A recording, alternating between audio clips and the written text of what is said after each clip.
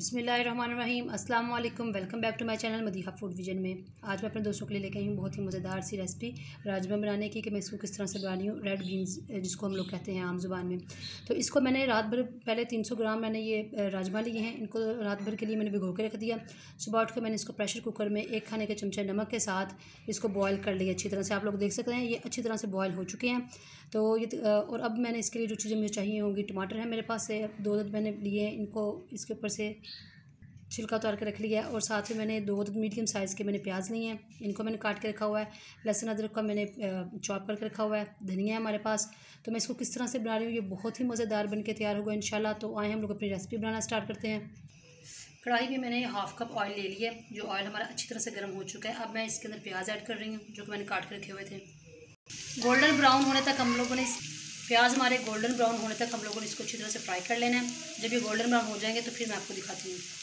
प्याज हमारा हो रहा है, लेकिन अब हम साथ ही इसके अंदर ये गरम मसाला, बड़ी इलायची और साथ में इसके अंदर तेज़पत्ता डाल रहे हैं। ये भी अच्छी तरह से फ्राई हो जाते हैं। इसके साथ ही इसको होने तक हम लोग फिर इसके बाद इसके अंदर जो है ना लहसुन अदरक का जो हमने चॉप करके रखा हुआ वो ऐड करेंगे। लहसुन अदरक हम लोग इसके अंदर डाल रहे हैं। 3 से 4 मिनट के लिए इसको अच्छी तरह से फ्राई कर लेते हैं।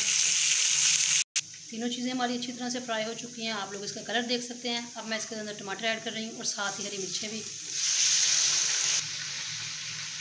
मसाले को अच्छी तरह से भून लेते हैं और साथ ही हम लोग अपने मसाले ऐड कर रहे हैं इसके अंदर। 1 खाने का चमचा मैं इसके अंदर लाल मिर्च का पाउडर डाल रही हूँ। मिर्च हम लोग थोड़ी इसमें कम इस्तेमाल करेंगे क्योंकि हमने हरी मिर्चें जो डाली हैं वो भी काफ़ी तीखी हैं। 1/2 टीस्पून इसके अंदर जाएगी हल्दी पाउडर। 1 टेबलस्पून इसके अंदर जाएगा धनिया पाउडर। 1/2 टीस्पून इसके अंदर ज़ीरा पाउडर जाएगा और 1/2 टीस्पून इसके अंदर नमक जाएगा। नमक हम लोग कम इस्तेमाल कर रहे हैं क्योंकि हम लोगों ने पहले इसके अंदर राजमा जो है उसको बॉयल करते हुए उसके अंदर भी नमक डाला था।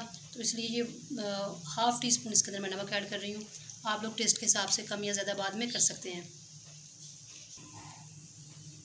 थोड़ा सा पानी लगा के हम लोगों ने मसाले को अच्छी तरह से भून लेना है। इसका मसाला तैयार कर लेना है।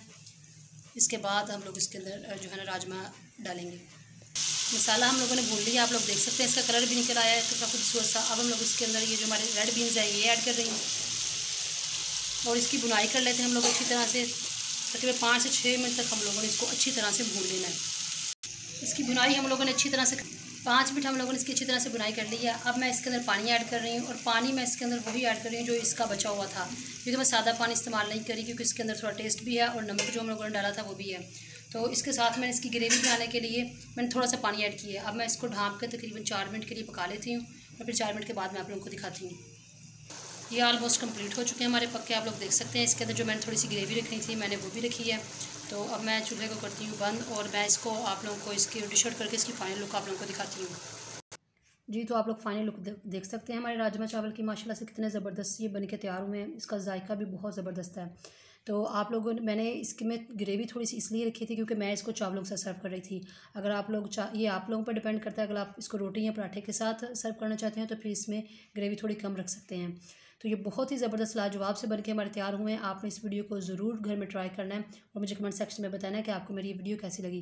रेसिपी अच्छी लगी है तो इसको लाइक करें, शेयर करें। जो लोग नए हैं मेरे चैनल पे काइंडली चैनल को सब्सक्राइब करना मत भूलिएगा।